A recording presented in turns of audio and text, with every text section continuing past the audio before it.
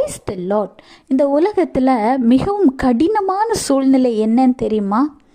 வீட்டில் காசு இல்லாமல் குடும்பம் கடினமான கஷ்டமான நிலைமையில் இருக்கும் பொழுது எதிர்பாராத நேரத்தில் திடீர்னு ஒரு பெரிய செலவு வந்துடும். அதற்கான காசு கண்டிப்பாக தேவை, ஆனால் கையில் இல்லை.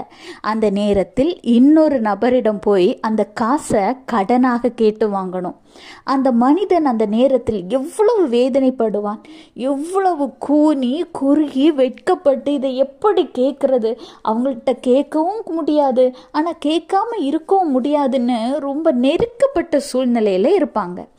அதாவது இன்றைக்கு உங்களிடம் ஏதாவது ஒரு நபர் வந்து எனக்கு ரொம்ப நெருக்கடியான சூழ்நிலை, கடனாக இவ்வளோ ரூபாய் கிடைக்குமா அப்படின்னு கேட்டால், முதல்ல இல்லைன்னு சொல்வதற்கு முன்பு இந்த தொகையை அவர் உங்களிடம் கேட்பதற்கு முன்பு எவ்வளோ மனவேதனையிலும் வருத்தத்திலும் வெட்கத்திலும் வந்து கேட்டிருப்பார் என்பதை நீங்கள் புரிந்து கொள்ளணும். ஒருத்தங்க உங்ககிட்ட வந்து கடன்னு கேட்டால் முகத்தில் அடித்த மாதிரி இல்லைன்னு சொல்லாதீங்க. ஒருவேளை நிஜமாக உங்கள்கிட்ட இல்லாமல் இருந்தால் உங்களால் முடிந்த ஒரு தொகையை கொடுங்க. நானே இல்லாமல் இருக்கேன், நான் கொடுத்துட்டேன்னா என்னுடைய தேவையை யார் பாப்பா அப்படின்னு யோசிக்காதீங்க. அதாவது ஏழைகளுக்கு கொடுக்கிறவன் கர்த்தருக்கு கடன் கொடுக்கிறான்னு இருக்கு.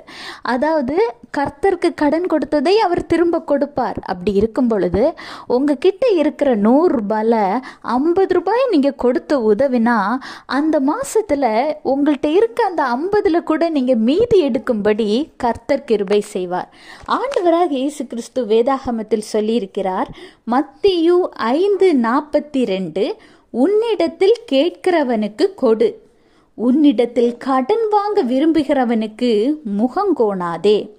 கடன்கிறது தப்பு தான், ஆனால் சில பேர் சில சமயங்களில் நெருக்கடியான நேரங்களில் கேட்க முடியாமல் அவர்கள் அவ்வளவு வேதனையும் துக்கத்திலும் வந்து கேட்குறாங்க.